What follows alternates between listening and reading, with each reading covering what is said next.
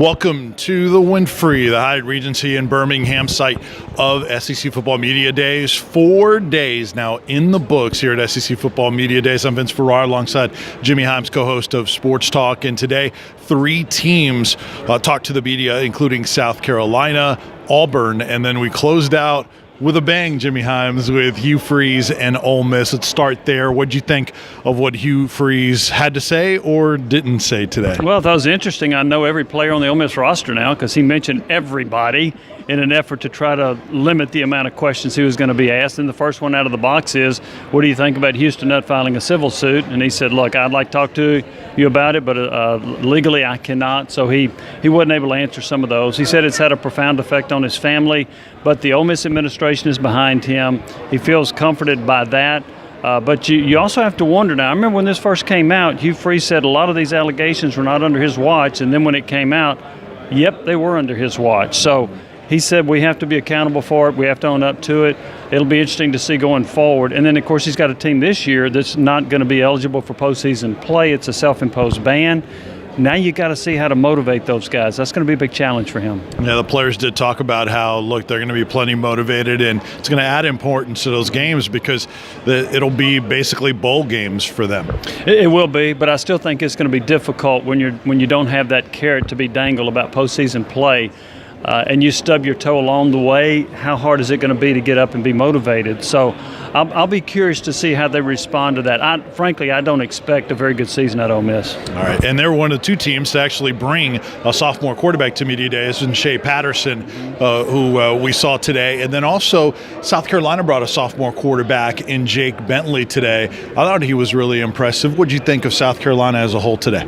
Well, I visited with Will Muschamp, and then, of course, you mentioned the players that were here. Also Hayden Hurst, who I had a chance to talk to. Will Muschamp just told me that in all the years he's coached, he's not sure he can remember having a more mature young quarterback thrust into the situation like Bentley was, who was supposed to be a high school senior when he stepped onto the field about 6 games in to take over at South Carolina. I remember asking Hayden Hurst, I said, do you think that South Carolina is close to being a contender in the East? He says, why not now? So I asked Will Muschamp the same thing, and he said, yep, why not now? He says, we have the personnel, we have the players, we're going to be better on defense. Sky Moore's back at linebacker. He feels really good about this team going in. Jake Bentley was asked, did you have a welcome to the SEC moment at any point last year? He said, yeah, the Tennessee game when Derek Barnett grabbed me on some screen passes and tossed me to the dirt. I think Barnett has welcomed more than one quarterback into this league, so that's not a surprise. But I think Bentley's a really good quarterback, and I think it helps South Carolina in the rebuilding process to have identified a productive quarterback as a freshman. And then, so that's who you're going to go with for the next few years.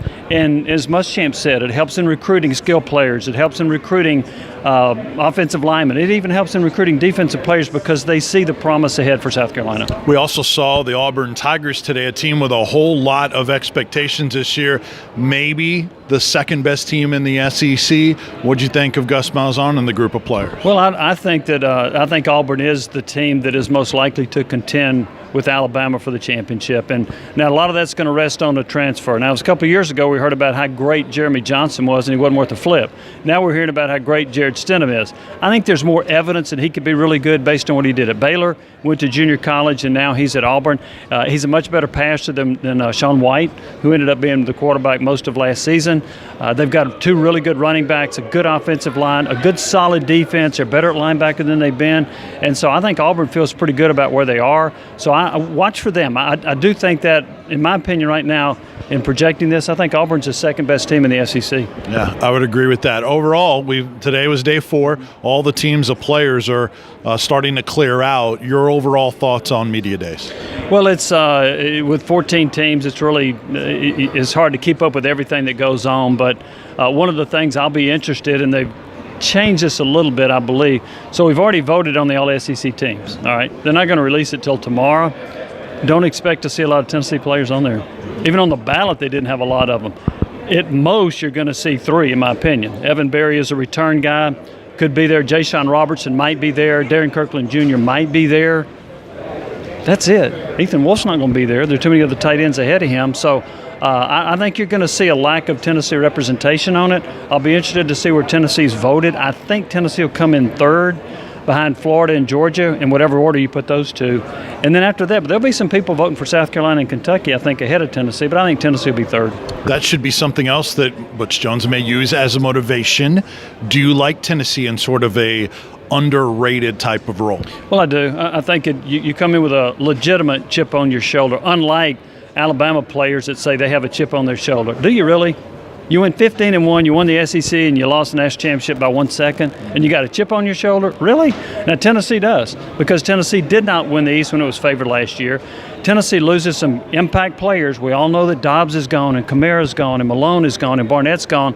But I do think Tennessee returns some nice players. We'll see if, as a unit, we'll see if the chemistry is any better. We'll see if they can close out some close games, win the games they're supposed to. I think Tennessee can be in the hunt.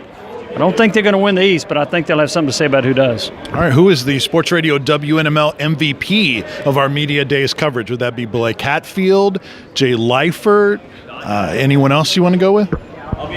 Vince Ferrara. What the heck? He didn't make the ballot. I mean, let's be real here. You're holding the mic, so you can cut that thing off any second. So I'm going with Vinny. I'm going with Jimmy Hyams, and Blake Hatfield tied for first place. Thanks to everyone that made our coverage possible. 4 days and many hundreds of audio interviews and video interviews at sportsradiowwnml.com, and find us on social media and get access to all of that. But it's all on one page for you. So for our entire crew, hope you enjoyed our coverage. Keep listening and watching. There's much more on the way. That'll do it from Media Days at Hoover. Take care.